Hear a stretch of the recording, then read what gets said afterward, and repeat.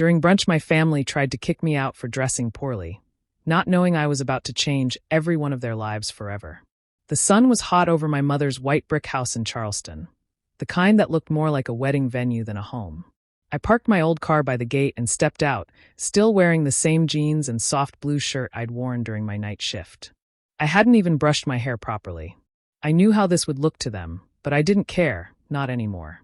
When I walked up the stone path, I could already hear laughter from the patio. My mother, Elaine, was sitting in her favorite spot near the fountain, pearls around her neck, glass of champagne in her hand. My sister Maribel looked perfect, as always, in a pale yellow dress, and her husband Troy sat beside her, grinning like he belonged to some country club ad. The laughter stopped the moment they saw me. "Oh my God, Nora," Maribel said, her eyes wide but not from surprise, more from disgust. "You look like you just crawled out of a construction site." My mother's smile froze. "Honey, you couldn't at least try to look presentable for once? We have guests." I looked around. There were no guests, just family. "It's just us," I said softly, taking a seat. Elaine's voice sharpened. "Still, you embarrass me showing up like that. What happened to you? You used to have such potential." Troy chuckled under his breath. "Maybe she's between jobs again." Maribel joined in, pretending to whisper but loud enough for me to hear. "She's probably still renting that tiny apartment. Can't even afford a decent outfit." I didn't reply. I stirred the coffee in front of me, watching the ripples swirl. The air smelled of cinnamon rolls and fake sweetness. I felt their eyes burning into me, waiting for me to defend myself, to argue, to cry. But I didn't. My mother leaned forward. "Nora, maybe you shouldn't come to these things if you can't make an effort. We try to keep up appearances, and honestly, you're just not." "Not what?" I asked quietly. Her voice faltered for a second. "Not like us anymore." Maribel sighed, as if she pitied me. "You don't belong here, Nora. You make everything awkward." I stood up slowly. My hands weren't shaking. I looked at each of them, one by one, and smiled faintly. "You're right," I said. "Maybe I don't belong here." For a moment, they looked satisfied, like they'd finally gotten rid of the family embarrassment. They didn't notice the way my eyes changed, how the calm in me turned sharp and cold. I pushed my chair in, placed my napkin neatly on the table, and added, "Enjoy your brunch. It's the last one you'll ever have like this." None of them understood what I meant. Not yet. When I was little, my mother used to say that our family name meant something, that being a Delane carried weight. She said it with pride, like it was a title we were born to protect. In our house, everything had to be perfect, the way we spoke, the way we smiled, the way we dressed. Even feelings had to be neat and quiet. I learned early that love came second to reputation. My mother, Elaine, believed appearance was everything. She spent mornings arranging flowers that no one would touch, making sure the neighbors saw her trimming the roses herself. She was the kind of woman who smiled at everyone in church, then whispered about their outfits in the car afterward. I was never quite what she wanted. My sister Maribel, on the other hand, was her masterpiece. Blonde, graceful, always knowing what to say. People called her charming, I called her rehearsed. From the moment we were teenagers, I was the one who didn't fit. If Maribel wore a white dress, my mother told me to wear beige, so you don't draw attention. If Maribel got straight A's, my B+ was a disappointment. Every compliment Maribel earned became a quiet punishment for me. By the time I was 18, I'd had enough of pretending. My mother wanted me to attend a finishing school in Savannah to learn how to behave like a lady of means. I wanted to study architecture. She said it was a man's field, and that I was too sensitive to handle real work. I remember packing my bag in the middle of the night, heart pounding, as if leaving my family home was some kind of crime. She didn't stop me. She just stood in the doorway and said, "Don't come back when it falls apart." I never did. The years that followed were hard. I worked in diners, cleaned offices, and took night classes at a community college. There were nights I slept in my car when rent was late, and mornings I went to class with pain on my hands from my construction job. Still, I kept going. Every cruel word my mother had thrown at me became fuel. I didn't want her approval anymore. I wanted independence. Slowly, piece by piece, I built a life that was mine. I earned my degree, got my architect's license, and started taking small projects under a name that wasn't Delane. It was freeing, not to be known by my family's shadow. Clients knew me only as Nora D., and that anonymity gave me peace. Over time, those projects grew, and so did my reputation. My firm became successful enough that I could choose my clients, but I never told my family. They thought I was a failure who'd vanished into obscurity. And I let them believe it. It was better that way. Let them think the quiet daughter they mocked had disappeared. They'd never suspect that the same girl they dismissed was building something far stronger than their world of polite lies. Every morning, I left my apartment before sunrise. I liked the quiet before the city woke up. My car was old, the kind that rattled a little when it started, but I kept it clean. I could have bought a dozen new ones, but I didn't see the point. I never cared much for showing off. Money meant freedom to me, not decoration. My office was hidden in a plain brick building downtown. The sign outside just said DDG. Most people passing by never guessed what it stood for, Delane Design Group.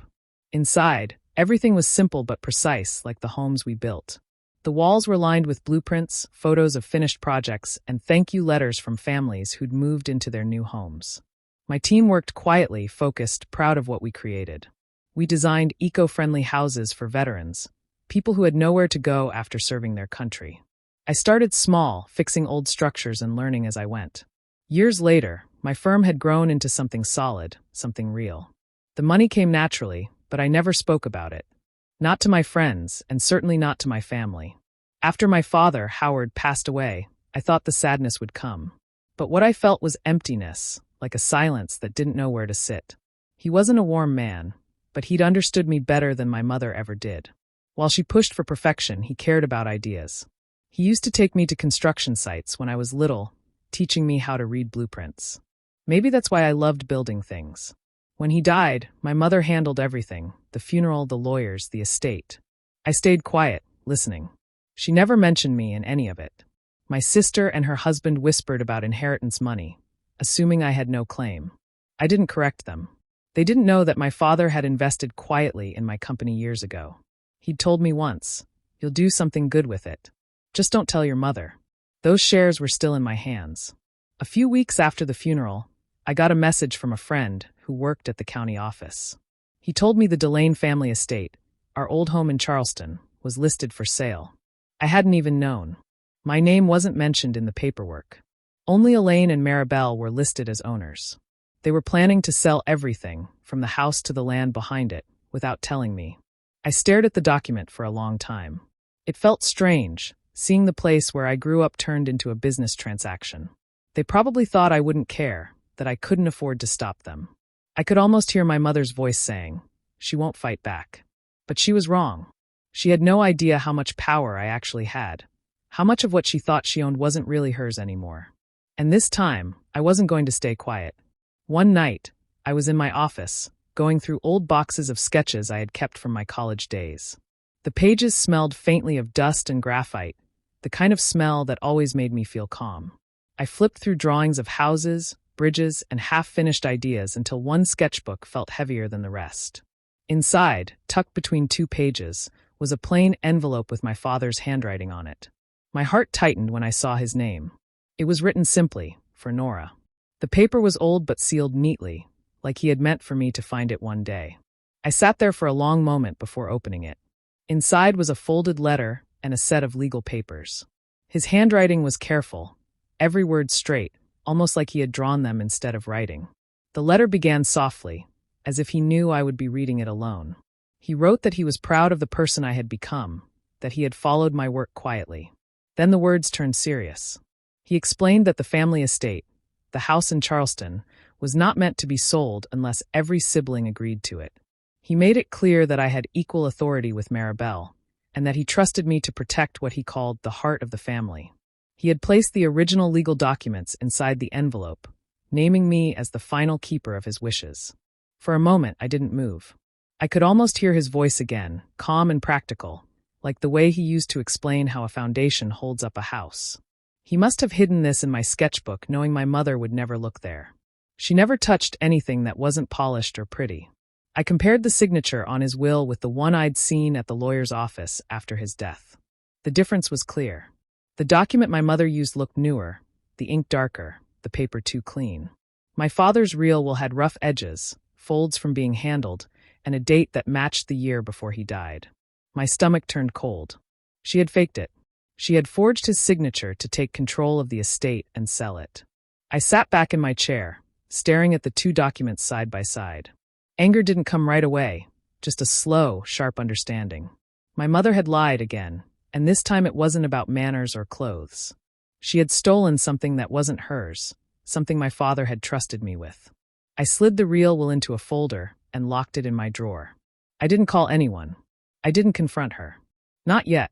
Instead, I began making quiet notes, listing names of lawyers I trusted, people who still owed me favors, and dates I needed to confirm.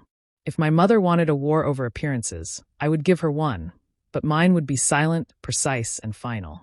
The invitation came on thick, cream-colored paper, the kind my mother always used for special events. The handwriting was hers, elegant, careful, and cold.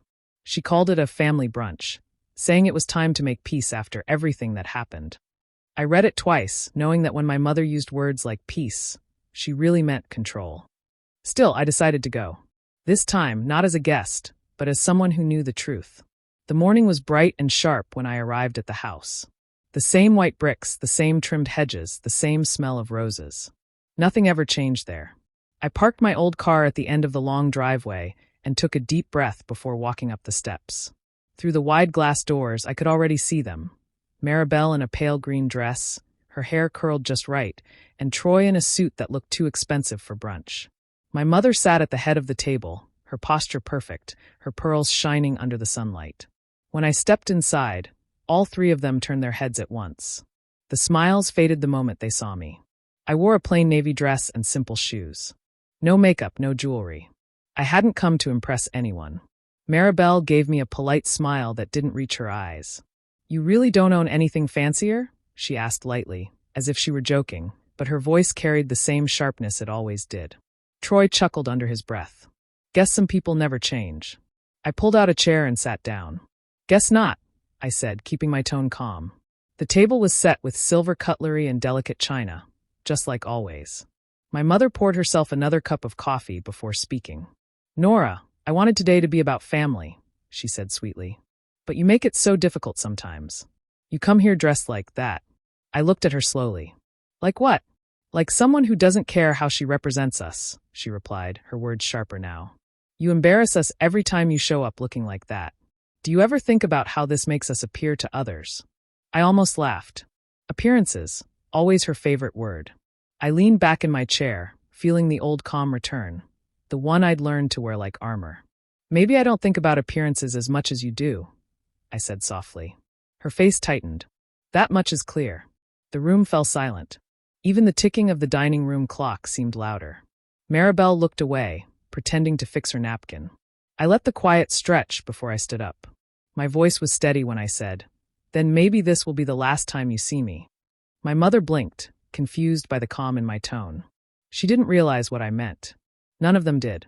I smiled politely, the kind of smile she had taught me years ago, then sat back down as if nothing had happened. But inside, I already knew.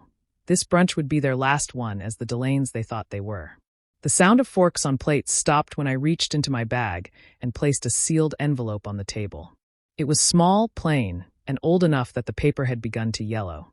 No one spoke. My mother's hand froze halfway to her cup, and Maribel looked at it like it was something dangerous. "I found this while going through Dad's old things," I said quietly. "It's his will. The real one." My mother gave a small, nervous laugh. "Nora, please. We already handled that with the lawyer months ago.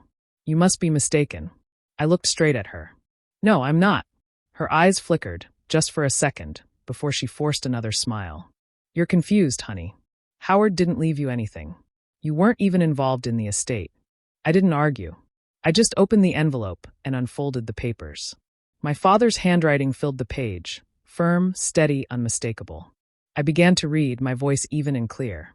"I, Howard Delane, declare that my estate, including the family home and surrounding property, may not be sold, transferred, or divided without the written agreement of all living children. I appoint my daughter, Nora Delane, as the final custodian of these assets, trusting her to protect them according to my wishes." The words hung in the air like smoke. My mother's face turned pale, almost gray. Maribel's lips parted, but no sound came out. Troy shifted uncomfortably in his chair, pretending to check his phone, but his hand was shaking. My mother was the first to speak. "This is ridiculous," she snapped, her voice sharp and brittle. "You expect us to believe you just happened to find this? It's fake. You forged it." Maribel nodded quickly. "Of course she did. Look at it, Mom. She probably typed it up herself." Without a word, I reached into my folder and handed them another sheet, the notarized verification signed by the county clerk. "The signature was verified 2 days ago," I said calmly. "It's real." My mother grabbed the papers with trembling hands, scanning them as if she could will the words to change. Maribel leaned over her shoulder, whispering angrily, "She planned this. She's trying to steal everything." I stood still, watching them. I didn't need to say another word. The silence stretched until it broke. Maribel slammed her palm on the table, sending a glass tumbling over. "You're a liar," she shouted. "You always thought you were better than us." "I never did," I said softly. "You just couldn't stand that I stopped needing your approval." That was when everything fell apart. My mother began shouting for Troy to call the lawyer, while Maribel accused me of tricking our father before he died. The neat, perfect tablecloth was stained with spilled coffee and tears. Years of fake smiles cracked open in minutes. I didn't raise my voice once. I simply gathered the documents, folded them back into the envelope, and slipped it into my bag. The chaos swirled around me, but I felt still, steady. For the first time, I wasn't the quiet daughter they could push aside. I was the one holding everything together, and everything they feared losing. I was halfway to the door when Troy followed me out onto the porch. The shouting inside had turned into muffled voices, dishes clattering, chairs scraping. He closed the door behind him and stood there for a second, rubbing the back of his neck like he didn't know what to say. The afternoon air was heavy, and I could smell the roses from the garden, the same ones my mother always made the gardener trim perfectly. "Nora," he said finally, keeping his voice low. "Wait a second." I turned, my bag still in my hand. His face looked uneasy, like he wanted to say something but knew he shouldn't. "What is it?" I asked. He hesitated. "I don't think you know how far they were planning to go." "What do you mean?" He glanced at the window, making sure no one was listening. Elaine and Maribel, they were talking to a lawyer before all this. Not just about the estate. They wanted to file papers saying you weren't mentally stable. Something about getting you declared unfit to handle finances. For a moment, I just stared at him. My fingers tightened on the strap of my bag. They were going to do what? He nodded slowly. They already had a doctor lined up to sign off on it. A friend of Elaine's. Said they could use some old record from when you were in college. Something about stress or insomnia. It was enough to make it look official. I felt something cold settle in my chest. It wasn't shock, not exactly. It was more like confirmation. Proof that there were no limits to what they'd do to erase me. "Why are you telling me this?" I asked. He sighed. "Because I didn't sign up for this. They were ready to ruin you, Nora. And honestly, it's not right. I thought you should know." I nodded slowly, my voice calm when I said, "I appreciate that." While he talked, I had quietly pressed the record button on my phone inside my coat pocket. Every word he said, every detail was captured. When he finished, he looked exhausted. "You didn't hear this from me," he muttered before walking back inside.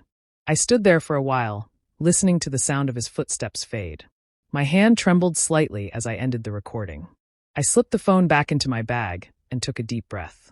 Later that evening, as I sat in my car, I replayed his words. Then I opened my father's old financial files again, cross-checking them with the estate records I had pulled from the county database. That was when I found the second betrayal. Transfers made from my father's trust into an account under my mother's name. Thousands of dollars moved quietly over the years. I leaned back in the seat, staring out the windshield. This wasn't just about me anymore. It wasn't about getting even or proving a point. What they did was criminal. What they did was cruel. And I wasn't going to let it continue. This time, it wasn't revenge I wanted. It was justice. The next morning, I went straight to the lawyer's office. It was the same man who had handled my father's affairs, the one my mother had used to file her fake documents. His name was Mr. Connors, an older man with careful eyes and a habit of cleaning his glasses whenever he was nervous. When I walked in, he looked surprised to see me. "Nora," he said, standing up. "I wasn't expecting." "I know," I said, placing a folder on his desk. "You should see this." He sat back down and opened the folder slowly. Inside were the real will, my father's letter, and the verification papers. Beneath that was a USB drive holding the recording of Troy's confession and a printed copy of the bank transfers showing the missing money. As he read through everything, his face grew tighter and paler. After a long silence, he set the papers down and rubbed his forehead. "Good Lord," he muttered. "This changes everything." "It does," I said quietly. He picked up the will again, scanning my father's signature. "This is legitimate. There's no question. Your mother and sister committed fraud by filing false documents. If we move forward, they could both face charges, embezzlement, forgery, maybe even perjury." I didn't say anything. I just watched him as he spoke, calm and steady. He sighed and leaned back in his chair. "Do you want to press charges?" "I want things put back the way they should be," I said. "The estate belongs under my control, just like my father wanted. Whatever happens after that is up to the law." He nodded slowly. "Then that's what we'll do." By the end of the week, everything was official. The court confirmed the real will and voided the one my mother had forged. Ownership of the Delane estate was transferred fully to me. It felt strange seeing the papers signed and stamped, quiet victory written in ink. When I returned to the mansion, the house was eerily quiet. Boxes were stacked by the door. My mother stood in the entryway, pearls gone, hair undone, her eyes hollow. Maribel wasn't there. I'd heard she had gone to stay with a friend. My mother's voice was low. "You can't just throw me out of my own home." "It's not your home anymore," I said softly. "It's mine now. Legally." Her lip trembled. "After everything I did for you, this is how you repay me?" I met her gaze without anger. "You taught me something important," I said. She blinked, confused. "What's that?" I stepped closer, my voice steady and quiet. "You taught me what appearances are worth." For a moment, she didn't move. Then she turned away, walking slowly down the steps to the waiting car. I watched her go, not with satisfaction, but with a strange kind of peace. The house behind me felt different now, empty but honest. For the first time in my life, the Delane name was finally mine to rebuild. Word spread faster than I expected. In a town like Charleston, gossip moved like wind through the magnolia trees. 1 week after the court finalized everything, everyone seemed to know what had happened. The Delane family, once admired for its wealth and manners, had become the center of whispers. People who used to rush to greet my mother now crossed the street when they saw her. Invitations stopped coming. Her name disappeared from charity boards and social clubs. Elaine Delane's perfect world fell apart, piece by piece. Maribel tried to keep up appearances for a while, still showing up at fancy events, pretending nothing had changed. But when her husband Troy learned about the forged documents and the plan to declare me unfit, everything ended. He walked out on her without a word of goodbye. Neighbors saw him packing his car late one evening, and by morning he was gone. Maribel's bright smile vanished soon after. For the first time, the house felt quiet in a good way. No sharp voices, no cruel remarks, no pretending. I had decided not to sell the estate. Instead, I wanted to turn it into something meaningful, something that could breathe again after all those years of coldness. The restoration took months. The white brick walls were cleaned, the gardens replanted, the cracked windows replaced. But I didn't restore it to look like a mansion anymore. It became a home for women who needed a fresh start. I named it the Magnolia Center, a nonprofit art and housing space for women struggling after loss, abuse, or homelessness. We built small studios, open classrooms, and a garden where residents could grow their own food. The laughter that filled the halls was nothing like the old sounds of forced politeness and judgment. It was real. Every day, as I walked through the hallways, I felt lighter, as if the walls themselves were breathing again. It was a rainy evening when my mother came back. I saw her through the front window, standing under the gray sky in a worn coat, holding a small umbrella. She looked smaller than I remembered. Her makeup was washed away, her face tired. When I opened the door, she hesitated before speaking. "Nora," she said softly. I didn't know where else to go. Her voice cracked. For the first time, she didn't sound proud or sharp, just lost. She stepped forward slightly. "I made terrible mistakes. I thought I was protecting our name, but I destroyed everything. I'm so sorry."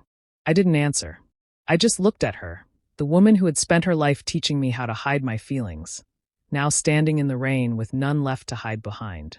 She started to shiver. I reached behind me, took a long gray coat from the hook by the door, and held it out to her. She looked surprised but took it quietly. "Thank you," she whispered. I nodded, then gently closed the door. Through the glass, I watched her walk away slowly down the path, rain falling harder around her. The coat hung loosely on her shoulders, and for a moment she looked like any other person, fragile, human, and small. Inside, the house was warm and full of light. A few of the women were laughing in the art room. I stood there, listening to their voices, and felt the quiet kind of peace my family had never understood. The past was outside in the rain now, and I wasn't going back to it. The air was warm that afternoon, the kind of gentle warmth that came after weeks of steady sunshine. I stood on the porch of the restored estate, looking out over the garden that used to be my mother's pride. The roses were gone now, replaced with magnolias and wildflowers that grew the way they wanted. The laughter of the women inside drifted through the open windows. It sounded easy, real, and free. Some were painting in the art room. Others were tending the garden beds, their hands covered in soil but their faces bright. Watching them always made something inside me loosen. The house no longer felt heavy or haunted. It had changed, just like I had. It finally had a purpose that didn't depend on appearances. I leaned against one of the porch columns, listening to the quiet hum of life around me. The soft clatter of brushes in jars, the rhythm of laughter, the gentle thump of footsteps on old wood floors. For years, I had imagined this house as a prison, a place filled with judgment and silence. Now it was a home again, open and alive. My friend Clara walked up beside me, wiping her hands on a towel. She had been helping me run the center from the start. "You've done something beautiful here," she said, her voice full of warmth. "Your father would have been proud." I smiled a little. "Maybe," I said. "I think he'd like seeing the house used for something good." Clara looked at me for a moment, then asked softly, "Do you ever miss them? Your family?" I thought about it. The question didn't sting like it once might have. I looked out at the garden again, where two women were helping a new resident plant her first magnolia sapling. The soil clung to their hands, and they laughed when a gust of wind blew dirt on their clothes. "No," I said quietly. "I just wish they'd seen what was underneath the clothes before they tried to throw me out." Clara nodded, understanding, and didn't ask anything else. She went back inside, leaving me alone on the porch. I reached into my pocket and pulled out my father's old watch. The metal was scratched, the face cracked slightly at the corner, but it still ticked faintly. I'd carried it with me for years, through every job, every late night, every quiet victory. It was the one thing that had never left me. I walked down the porch steps and stopped beside the tall magnolia tree near the edge of the garden, the first one we'd planted here. The ground was soft from the last rain. I knelt down, dug a small hole, and placed the watch inside. For a moment, I pressed my palm to the soil and whispered, "We're home now." The wind moved gently through the magnolia leaves, carrying the scent of their blossoms across the garden. Behind me, laughter filled the air again, rising like music. For the first time in my life, it felt like the house and my heart were finally at peace. Do you think Nora made the right choice by walking away from her family and taking control of her own life? Or should she have given them another chance to make things right? Let me know what you think in the comments. I'd really love to hear your opinion. And if you enjoy stories like this one, don't forget to subscribe, hit the notification bell, and stay tuned for more powerful real-life stories like this.